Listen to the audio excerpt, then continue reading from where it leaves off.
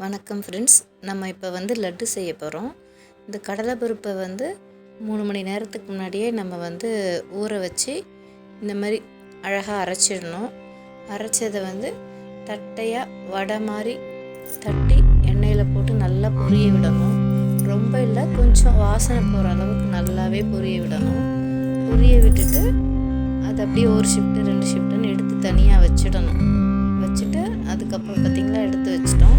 நல்லா கிறிஸ்பியாக இந்த மாதிரி இருக்கணும். ரொம்ப முறன்னு இருக்கக்கூடாது, கொஞ்சம் நல்லா வெந்தா மாதிரி நல்லா இருக்கணும்.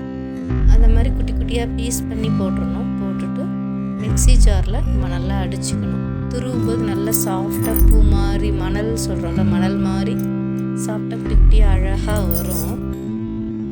இந்த மாதிரி வர்றதை தனியாக எடுத்து வச்சுக்கணும். பார்த்திங்களா, மிக்ஸி ஜாரில் எடுத்து கொஞ்சம் கொஞ்சமாக போட்டு நம்ம அரைச்சிக்கணும். அரைச்சிட்டு எடுத்து தனியாக எடுத்து வச்சிடணும்.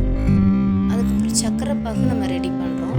சர்க்கரை பாகு எப்படி ரெடி பண்ணுறோன்னா, 1/4 கிலோ எடுத்துருக்கோன்னா ஒரு 300 அந்த அளவுக்கு எடுத்துக்கணும். கொஞ்சம் அதிகமாகவே எடுத்துக்கணும் ரேஷியோ. எடுத்துட்டு அதுக்கேற்ற மாதிரி தண்ணி நம்ம விட்டுக்கணும்.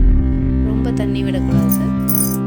நம்ம குலோப் ஜாமுன் பண்ணுறோம்ல, அதை விட கொஞ்சம் திக் கன்சிஸ்டன்சியில் இருக்கணும். அந்த திக்காகவே இருக்கணும். இப்போ பாருங்கள் எவ்வளோ சாஃப்டாக அரைச்சி எடுத்துகிட்டு வந்திருக்கேன் அப்படின்னு.